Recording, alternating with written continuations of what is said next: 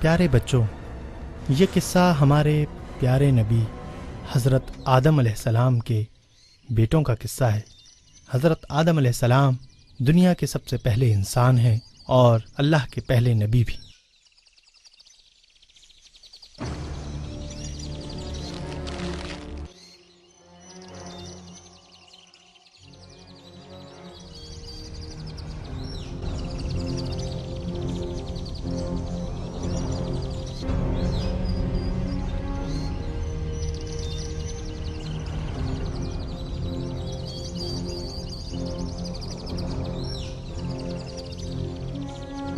ओह, हिरन,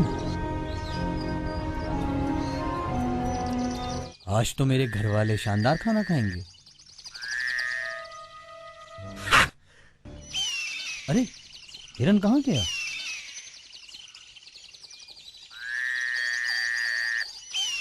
अचानक उसे हिरन अपने करीब खड़ा दिखाई दिया, लेकिन साथ ही कुछ अजीब सा एहसास भी, क्योंकि वो हिरन खौफजदा होने के बजाय उसके सामने निहायत पुरसुकून खड़ा था, जैसे किसी का इंतजार कर रहा हो।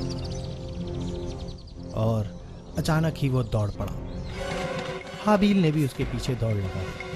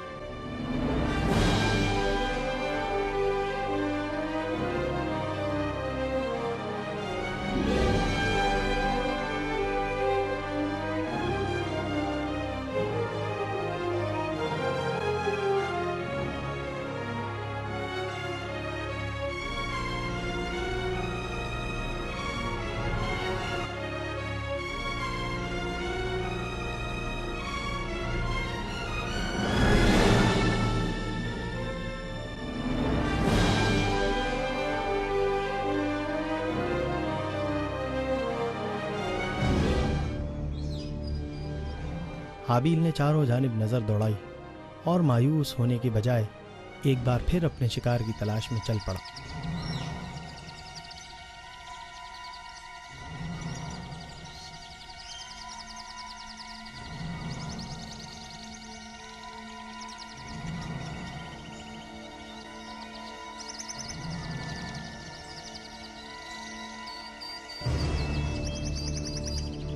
एक होशियार और तजुर्बाकार शिकारी की मानिंद हाबील फूंक फूंक कर अपना हथियार उठाए कदम बढ़ाता रहा और बिलाखिर अपने शिकार के करीब जा पहुंचा। हाबील अपने दिल की धड़कनें तेज होती हुई महसूस कर रहा था। उसके हाथ भी कांपना शुरू हो गए थे। वो हिरन के दिल में पैदा होने वाले खौफ को भी महसूस कर रहा था। ये उसका पहला शिकार था और वो सोच रहा था कि क्या वो इतने मासूम और खूबसूरत से जानवर पर अपने हाथों से मौत का वार कर सकेगा या नहीं।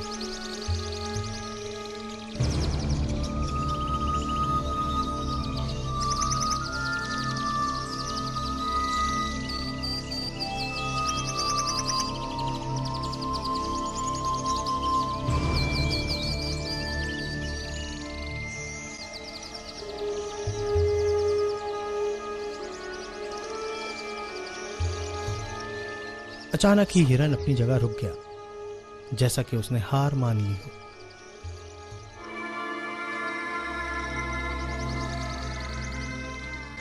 हाबील ने उस पर वार करने के लिए निशाना बांधा कि उसी वक्त एक छोटा सा हिरन का बच्चा करीबी चट्टान के पीछे से नमूदार हुआ।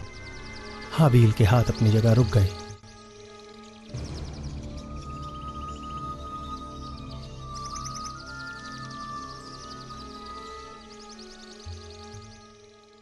ओह, तो तुम एक माँ हो। शुक्र है कि मैंने तुम पर वार नहीं किया।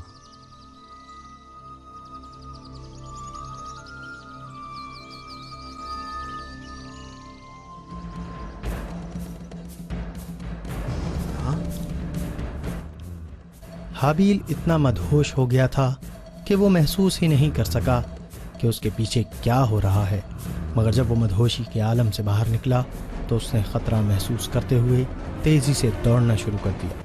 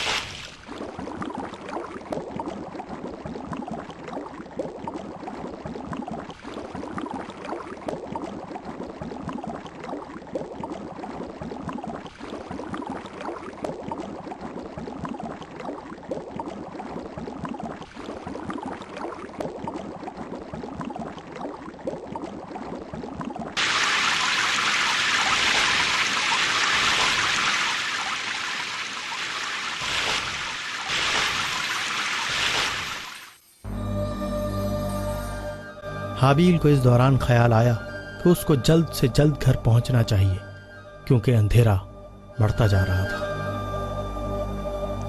आदम अलैहिस्सलाम हाबील की ताख़ीर पर उसके लिए बेहद फिक्रमंद थे, मगर हाबील का भाई और आदम अलैहिस्सलाम का दूसरा बेटा काबील ये दुआ मांग रहा था कि हाबील अपने शिकार में नाकाम हो जाए और अब कभी वापस ना आए, क्योंकि वो अपने आप को उससे अच्छा शिकारी समझता था, बल्कि हर मामले में वो उसे अपने से बेहतर समझता और हसद की आग में जलते हुए अपने भाई की हर काम में नाकामी चाहता था।